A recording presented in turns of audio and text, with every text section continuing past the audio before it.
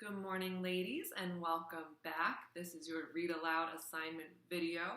As always, please make sure to watch this whole video first, and then you can click the link below to watch the actual read aloud. After that, you may start your writing assignment. Today, we are reading a wonderful book. The title is Amazing Grace, and it's written by Mary Hoffman and illustrated by Caroline Binch. This is a story that some of you girls might be familiar with, but I think that you're really going to enjoy it, whether it's the first time you're hearing it, or the second, or third, or 100th. While you girls are enjoying the read aloud, I want you to keep this in mind. We are making text to self connections today, all right? So that means you're looking at the main character in the story, and you're thinking, what does Grace go through? What are her struggles? What are her experiences? And then you're going to think of your own experiences or struggles that are similar, meaning the same. There's that connection, girls, all right? Now, we have a very special message from one of your favorite people, so please get ready and listen up. Hello, beautiful girls. It's Miss Morrison. Today in dance, we are going to be reading a story written by Debbie Allen. It's called Dancing in the Wings. On the dance website and the page, I posted some online dance resources by Debbie Allen, who's a famous dancer and dance teacher, and she'll teach you some dance classes, so I hope you check it out. I'm also giving a shout out to Miss Camchero's class, Union, because you have been reading a lot of different books about dancing and theater and perseverance. Misty Copeland persevering and becoming a principal dancer with the American Ballet Theater, and the book Amazing Grace about getting the part of Peter Pan even though you're a girl. This book is also about perseverance, which means doing something even though that it's hard. My mom calls me sassy because I like to put my hands on my hips and because I have something to say. Well, if you have big feet as mine, you'd understand why.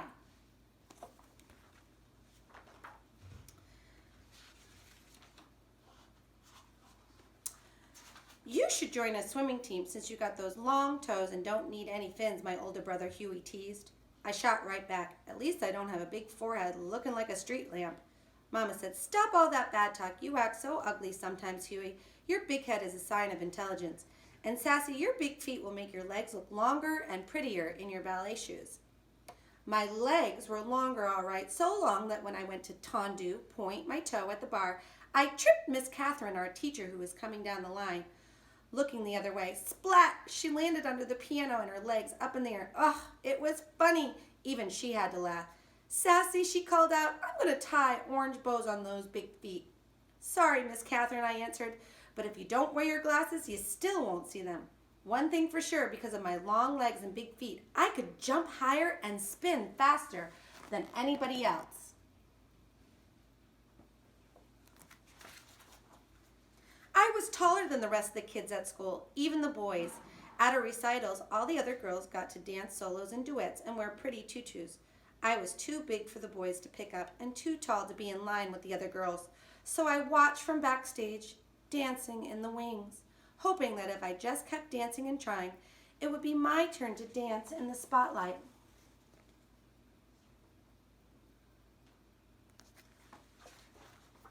One day at the end of ballet class, Miss Catherine announced, Mr. Tabata from the Russian school is coming next week to look for talented young people for the dance festival in Washington, D.C. The whole room turned into a whirl of excitement as the sign-up sheet was posted. Everybody wanted to try out, especially me. But as I wrote my name down, I heard two girls, Molly and Mona, giggling. Mona said, oh, please, she'll never make it. They said talent, not Tyrannosaurus. My heart seemed to stand still. For once, I had nothing to say. I couldn't hide the tears I felt swelling up in my eyes, so I just grabbed my dance bag and I ran to the parking lot.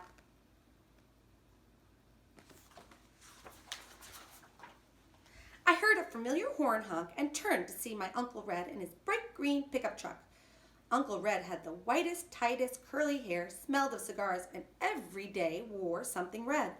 A tie, a hat, a shirt, socks, maybe even his shoestrings. Just something red.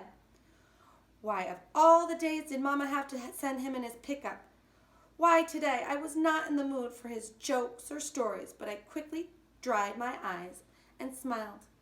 I got a good one for you today, Sassy. What did the banana say to the monkey? Split. Ha ha ha. Get it? Split. Banana split. I started to cry. Sassy, what's wrong? He asked. I told him what had happened. I'm just so much taller than the other dancers, Uncle Red. Sassy, he said, you gotta look at that as a gift.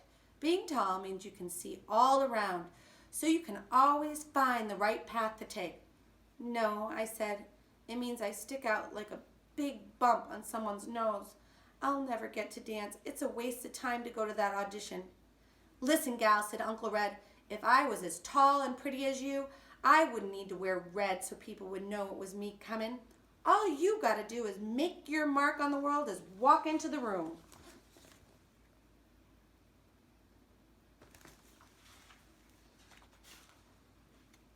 By the time I got home, Uncle Red had cheered me up, had me laughing and feeling better. As I got out of his truck, he waved goodbye, calling out, Make your mark, gal. Huey and his football friends stopped playing. Huey yelled out, Hey, Sassy, why don't you come play with us? We need a goal post. His little mean, ugly friends laughed. Boy, did that make me bad. Sure, if I can use your big head for the ball, I shouted back. His friends screamed with laughter. Huey got so mad, he turned red, looking like a tomato with that big head. Ha! We were just about to go at each other when Mama called us inside.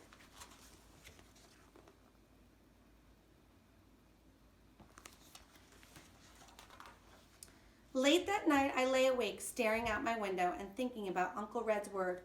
I could see myself dancing on the Milky Way, swirling and twinkling shooting stars. Next thing I knew, I was talking to myself out loud. I'm going to that audition, big feet and all.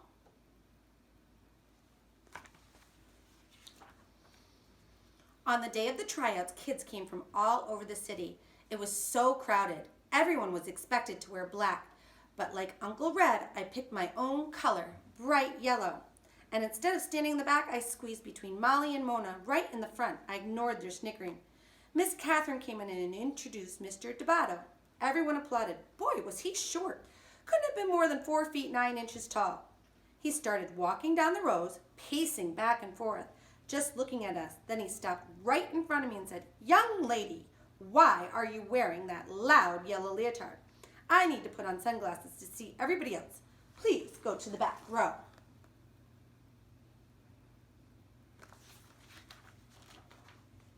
Molly whispered, see ya, wouldn't want to be ya. At least he noticed me, I snapped. I put my hands on my hips and walked to the back. The first round of the audition was center floor exercises. Mr. Tabata walked around, prodding and poking, making corrections. He stopped once, looked right at me, but didn't say anything. I held my breath as he dismissed almost half the kids after the first round. But not me.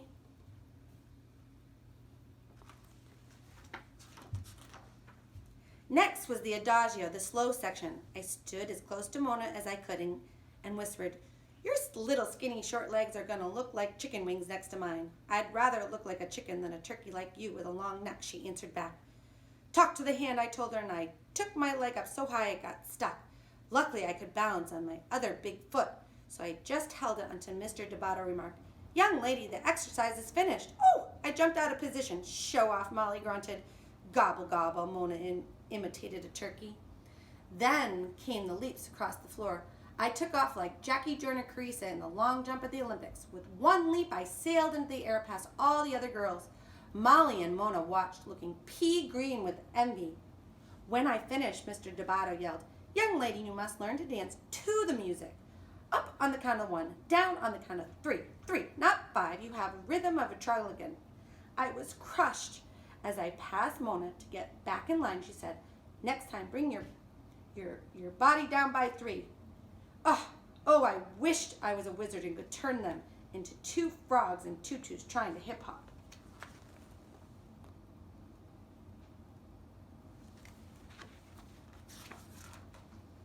By the end of the day, there was only 7 of us left. Mr. Tabata called out everyone's name except mine and asked them to step forward. Standing alone, I really had to fight back and hold my tears.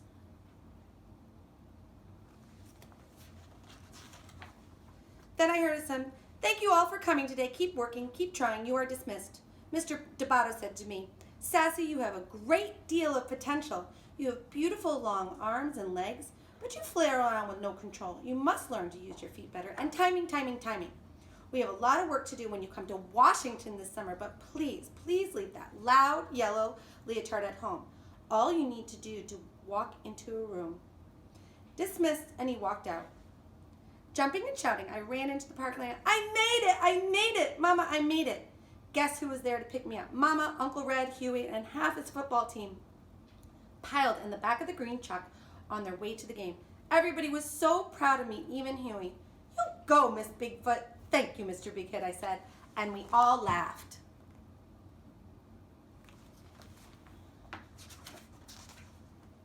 One month later, Mama and I boarded the plane for Washington, D.C. She held my hand as my heart pounded when we landed.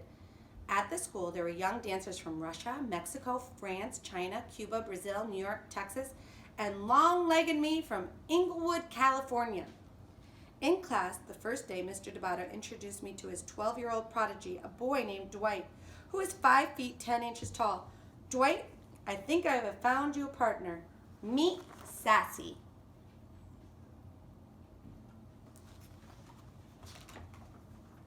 Mama was right. Being tall wasn't so bad after all, and neither was having a big head. By the end of the summer, Huey had won the grand prize at Space Camp in Alabama, and I got to dance a duet with Dwight in the summer concert. When Dwight lifted me high in the air, I felt like I was dancing on the Milky Way. Me and my big feet, making my mark on the world.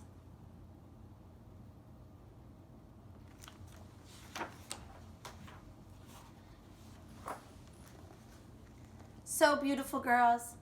Everything about you is special. Perseverance is working hard even if it's challenging.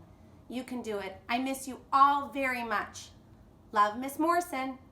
Thank you so much, Miss Morrison. That was such an important piece of history. It's so important that we learn about the women who have paved the way to make our dreams possible. And it's also important that we, as women, do that for each other every single day. I'm so proud of you girls because you girls show such sisterhood and perseverance. And I know you will continue to do so. With that in mind, when you do your writing, I want you to be thinking about how you could use this in your everyday life. What experiences have you already seen that you've helped someone else or someone has helped you become your very best self? And last but not least, ladies, those writing tips that we go over daily. Always remember to start those sentences with capital letters and end with punctuation. Don't forget those finger spaces and that beautiful, neat handwriting so that we can look at your work and understand your words. It is so important. And of course, the title needs to be on your paper.